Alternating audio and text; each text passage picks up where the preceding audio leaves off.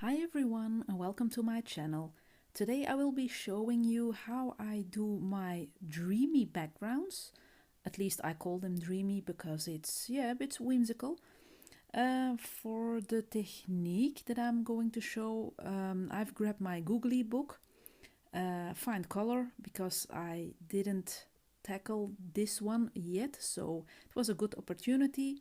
And I will be working with the Supracolor Soft, the Rose Portrait, that's a color of the limited edition. Of course, you don't have to have the Supracolor Soft pencils. Any watercolor pencil can achieve this result, I will call it. So I'm starting with putting down color here and there on places where I think there needs to be color, and you will see me hopping from left to right because sometimes I immediately see a spot and then I see a spot on the other side, so excuse me for hopping around, but this technique, I must explain, this book has watercolor paper, so I was aware that the pencils would react very good on this paper, but believe me, I've used this kind of coloring already in my Hannah Lynn books, and we all know that Hannah Lynn books are printed on thinner paper, not watercolor paper, and the technique is just the same. You color in some spots with your pencil and then you dilute and let the color fade out. So the result that you will see here, you will also achieve on thinner paper. I've done this technique with watercolor pencils, but also with Inktense pencils, which is water-soluble ink, whilst watercolor pencils are colored pencils with pigment that dilutes with water, but you can still move around for the new viewers or beginning colorists that are visiting this or watching this video. So watercolor pigment, you still can move a bit around after it has dried, not a lot, it depends on your paper also, but Inktense is permanent. Once it's dried up, you can't move it around anymore unless you have a little spot left with pigment of the Inktense pencil that wasn't diluted when you went over it with water. But yeah, story short, or how do you say it correctly? Long story short, that's how it is. As you can see, I'm just scribbling down some pigment here and there. When I looked at this picture, I immediately saw two colors that I wanted to use on this lady elf. I think it's a lady. And one of them was a pinkish color. And most of my colorings, I always start with my background, because then for the other elements I can see my other colors better. For now I only had the color in mind for the hair, and and then immediately I knew which color I wanted to do the background, but I don't have a clue yet for the clothing, for the pearls that are floating around the head. The skin will be a regular skin color. I think I'm thinking for a light one, maybe a semi-tanned one. I'm not sure yet. But for me, it's helpful to focus on the background first. It tells me more about the colors that I have to choose for other subjects in a picture. It can also influence my color of the hair that I had in mind, a darker shade or a more lighter shade. So I will decide on the hair color once the background is done and it up.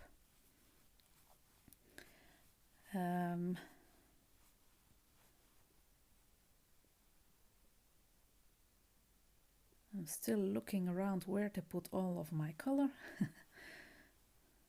So again, you don't need the supracolor pencils. You can use Arteza watercolor pencils. You can use Neocolors if you have those. You can use your Inktense pencils. You can use whatever water soluble media you have, but be sure that depending on the details on the picture, you can sharpen your medium quite well, because yeah, it's a bit difficult when your Neocolor, for example, is more blunt to color in the details more accurate. So in between the little hairs of this elf lady, I was glad that I had a point on my pencil, because with a fatter Neocolor it would have been more difficult. Now, of course, if you are using a medium with a thicker point, or something that's not very sharp, you can always grab some pigment from the top or pencil immediately. That's also an opportunity.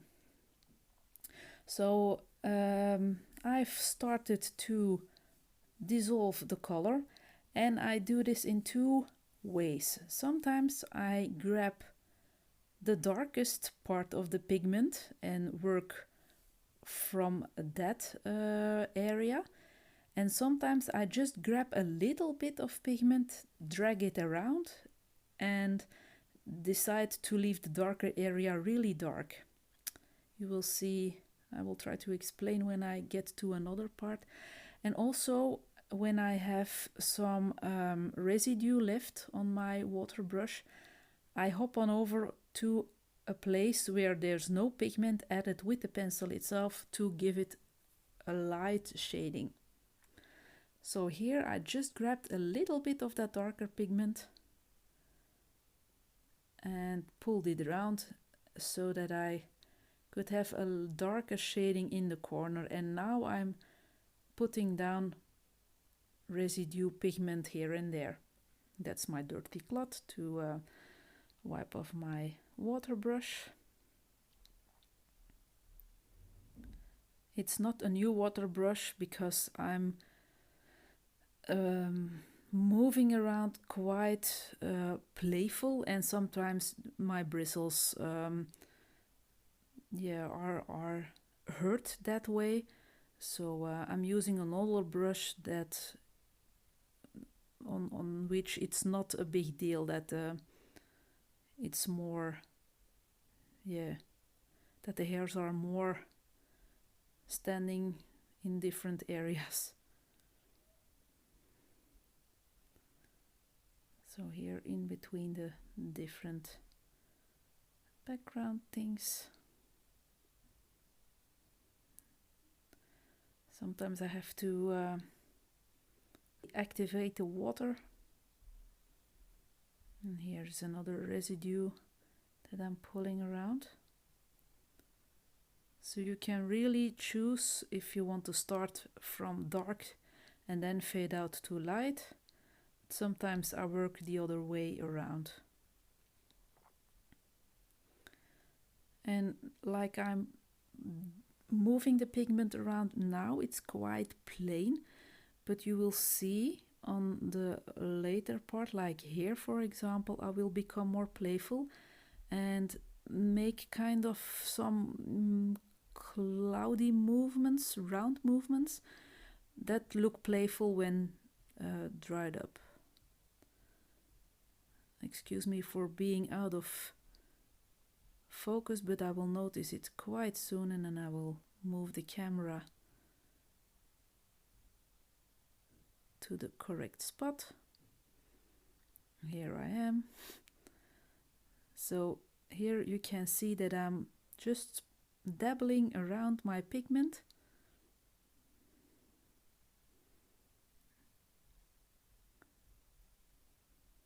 And it gives a bit of a cloudy effect if you do it like that. And it's a dreamy effect, in fantasy dreamy. effect that it creates.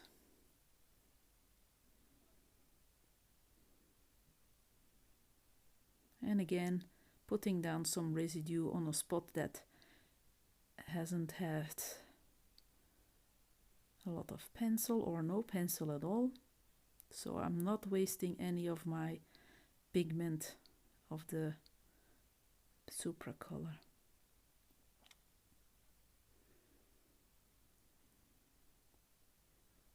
There was an uncolored spot that I discovered, and I'm putting some residue on the top. Was still not in focus whilst doing that. So here I'm diluting it a bit further, and you can see a little bit of the cloudiness on the down left side. I hope I'm explaining myself a bit clearly. I don't know how I have to explain it otherwise.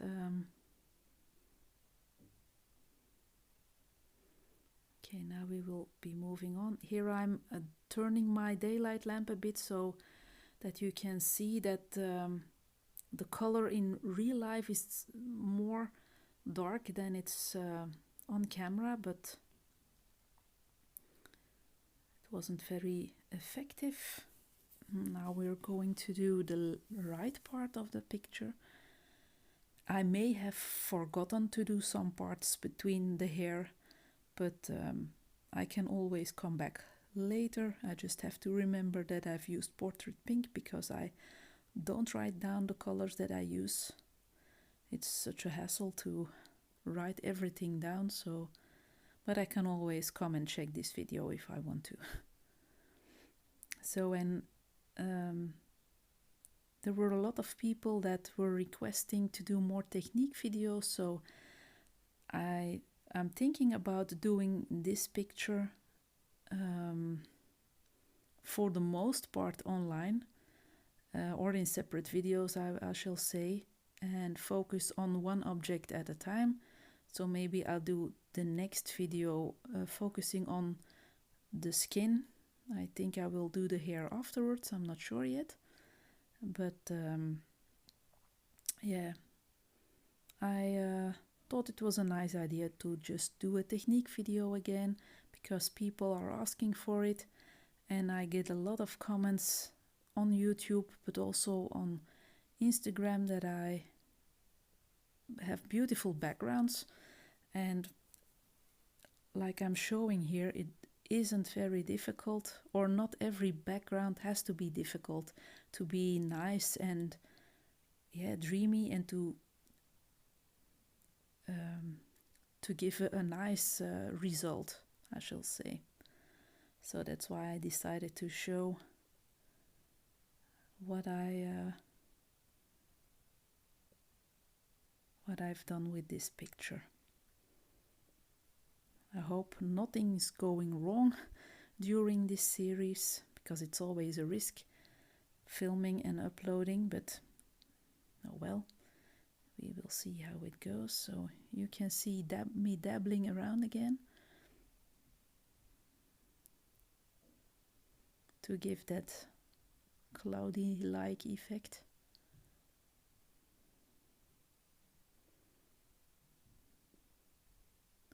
I'm thinking about doing the skin in regular pencil.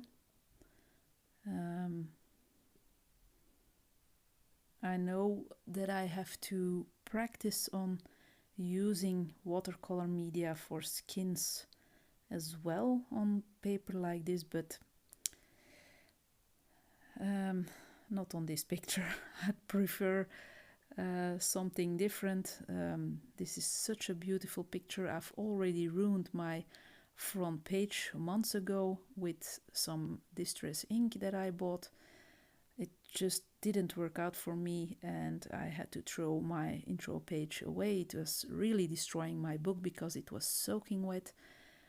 And that's why I didn't have the courage to tackle this book immediately after. but now I won't be taking any risks, so I think I will do the skin with regular pencil. But that's okay, I think. Maybe most of the colorists have more confidence in doing a skin with pencil, just like me, instead of doing one with watercolor media. I will try and master it or practice on it, but not on this picture. I want this picture to become beautiful and yeah. I want to have this book colored in and yeah, without a failure, I hope. Now I'm grabbing some extra pigment from the lid of the pencil to give more cloudy pigment here and there, cloudy movement. So just dab a bit, because the left side had a bit of that cloudiness. I just wanted a little bit more on the right side as well. And here I'm adding some extra, even some extra on the left side. And it gives it a dreamy look, yeah, soft but dreamy.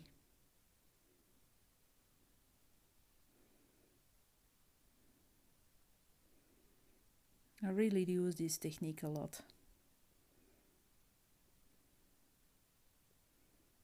In every single color.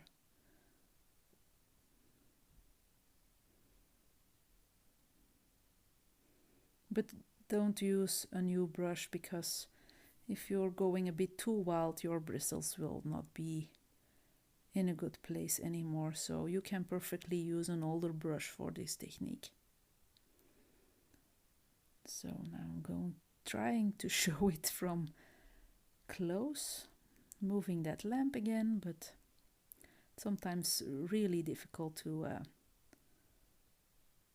make it very well visible, but I do hope that the result gives you an idea of what you can achieve with this technique. So I'm going to say goodbye for now. I really hope that you will like this video series, and we will see each other back for another part soon, I hope. Thank you for watching. Bye bye.